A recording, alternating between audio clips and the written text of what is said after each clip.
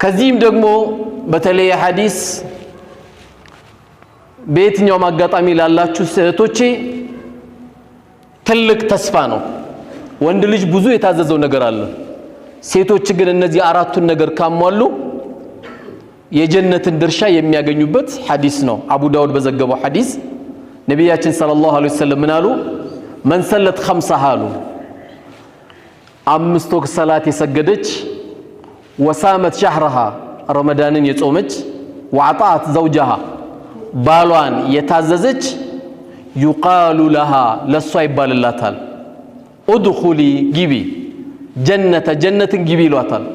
ሚን አይ ባቢን ሽእቲ በፈለግሽው በር። የጀነት በሮች ስንት ናቸው? 8 ናቸው። በፈለግሽው ግቢ ይሏታል።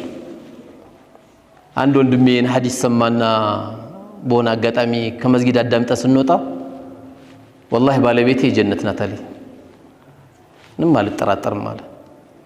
ምን ነው ስለው ወላሂ መስክሬላታለሁ አለ። እናቴ ናት እሷ አለ። በቃ መስክሬላታለሁ አለ። ቀድማይ ሞታለች። ቀድሜ በሞት ኖሮ አላቅም አለ። አሁን ግን ቀድማይ ሞታለች። ወላሂ መስክሬላታለሁ አለ። እናት ሳትበላ አትወጣም። ልብስን ሸሚዝ ለብሰ አትወጣም። የእናት ጉዳይ ነው ትለኛለች አለ።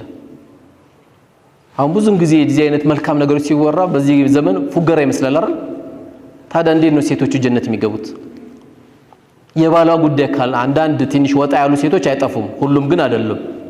እኔ በቃ ላበላ ነው ላጠጣ ነው እንዴ ሸሚዙን ልከታተል ነው ምናምን ይሉ እና ለምን መጣሽ እና በምን በኩል ነው ጀነት የምትገባው? አንዴ ደንብ እያባረረው፣ አንዴ ሀገር ውስጥ ግቢ ቂብላ እያዞረው፣ አንዴ በራካፋ አካባቢ ሱቁ ጋር ችግር እየፈጠሩበት ይሄ ሁሉ መከራውን አሳልፎ የመጣ ባል እና በምን በኩል ነው ጀነት የምትገቢ? እኔ በቃ ለዚህ ብቻ ነው ማብላት፣ ማጠጣት፣ ማልበስ እና ምንድን ነው የፈለግሽው?